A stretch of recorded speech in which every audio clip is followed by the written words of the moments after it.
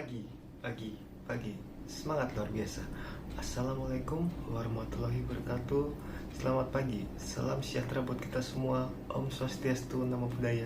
Salam kebajikan. Salam ASN unggul. Saya Ezra Hartarto Pongtluran, peserta Latsar CPNS golongan 3, angkatan 14 tahun 2020 dengan jabatan dosen asisten ahli asal instansi Politeknik Negeri Balikpapan. Apa yang kita bahas hari ini? Check it out. Oke, kali ini kita akan membahas terkait tentang kesehatan fisik dan mental. Karena hal ini merupakan hal yang wajib dimiliki oleh seorang ASN.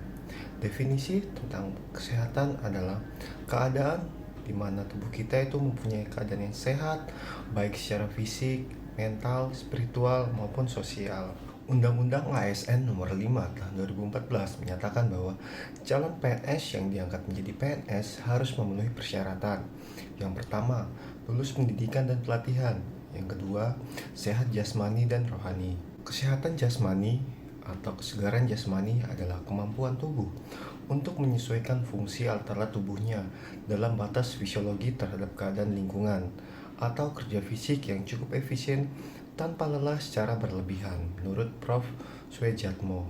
Bagaimana agar mendapatkan kesehatan jasmani? Ada beberapa hal yang perlu diperhatikan. Yang pertama, makan makanan yang sehat. Yang kedua, berpikir sehat. Ketiga, istirahat sehat. 4, aktivitas sehat. Dan 5, mempunyai lingkungan yang sehat. Dalam makanan yang sehat terdapat gizi yang seimbang, di mana mengandung jumlah yang sesuai dengan kebutuhan tubuh dengan memperhatikan prinsip keanekaragaman pangan, aktivitas fisik, perilaku hidup bersih, dan memantau berat badan secara teratur dalam rangka mempertahankan berat badan normal untuk mencegah masalah gizi. Berikut adalah bagaimana kita mengecek status gizi yang kita miliki, di mana berat badan dibagi dengan tinggi dan kuadrat, di mana keadaan normal yaitu 18,5 sampai 25,0. Berikut adalah manfaat kebugaran jasmani, di mana terdapat beberapa aspek. Pertama, aspek fisik.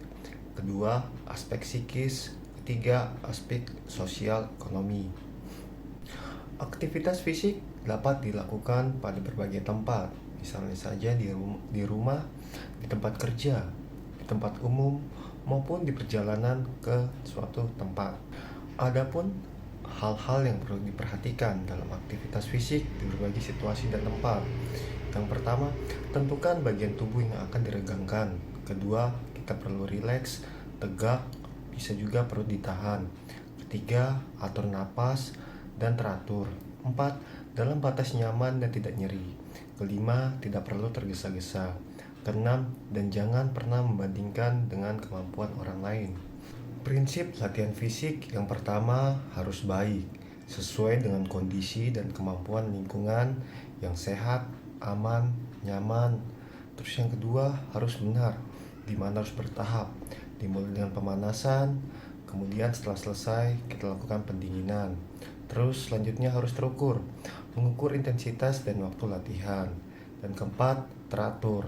Ketika lakukan olahraga, jika tidak lakukan teratur, maka kondisinya akan sia-sia. Manfaat latihan fisik dari segi aerobik. Pertama, meningkatkan kesehatan, menurunkan berat badan, menurunkan tekanan darah, kolesterol, dan gula darah. Secara anaerobik, bisa meningkatkan kebugaran, tidak mudah lelah, dan meningkatkan daya tahan tubuh. Ciri latihan fisik yang baik ada 4D. Dapat dilihat hasilnya, dapat dirasakan perbedaannya, dapat dinikmati prosesnya, dan dapat diulangi di tempat kesempatan lain. Untuk mengetahui bahwa tubuh kita memiliki kesehatan jasmani, pertama, normalnya fungsi alat tubuh, terutama pada organ vital. Kedua, energi yang cukup untuk tugas harian, dalam hal ini tidak mudah lelah. Ketiga, kondisi kulit, rambut, kuku dalam keadaan sehat dan menggambarkan tingkat nutrisi tubuh. Keempat, memiliki pemikiran yang tajam. Asupan dan pola hidup yang sehat akan membuat otak bekerja baik. Hal yang tidak kalah penting yaitu pastikan diri kita selalu mengecek kesehatan secara rutin, minimal 6 bulan sekali. Hal ini dilakukan agar kita mengetahui apabila tubuh kita dalam keadaan sehat-sehat saja. Selanjutnya kita masuk pada kesehatan mental. Mental dalam artian luas berkaitan dengan interaksi antara pikiran dan emosi manusia. Dalam konteks kali ini, kesehatan mental akan dikaitkan dengan dinamika pikiran dan emosi manusia. Pikiran berada di satu sisi dan emosi berada di sisi lainnya. Keduanya berinteraksi secara dinamis. Selanjutnya, sistem berpikir manusia. Secara neurobiologis, kedua sistem ini mempresentasikan dinamika antara korteks prefrontalis dan sistem limbik. Hubungan kesehatan jasmani, mental, sosial, dan spiritual dilakukan secara neurobiologis oleh kedua sistem ini. Pengaturan yang tepat dari kerja kedua sistem ini akan terwujud dalam pengaturan yang tepat dari kendali diri manusia.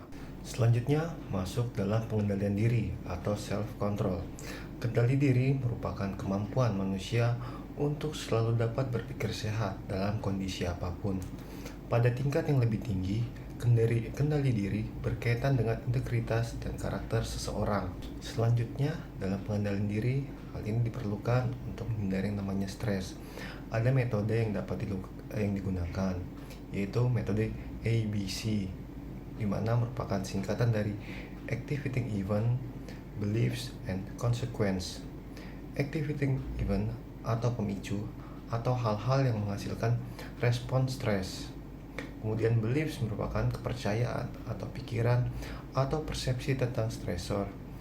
Consequence akibat yang timbulkan karena persepsi atau pikiran kita tentang stresor. Adapun berbagai faktor yang mempengaruhi resiko stres. Yang pertama, kehidupan keluarga. Kedua, kejadian sehari-hari yang penuh stres. Ketiga, gaya atau cara berpikir. Keempat, ketidakmampuan melakukan coping. Kelima, kepribadian yang khas. Keenam, dukungan sosial. Demikian pembahasan materi pembelajaran hari ini. Ingat, otak dengan jasmani dan mental yang baik akan membentuk karakter dan integritas diri sebagai ASN. Sampai jumpa di pertemuan pembelajaran selanjutnya. Ciao.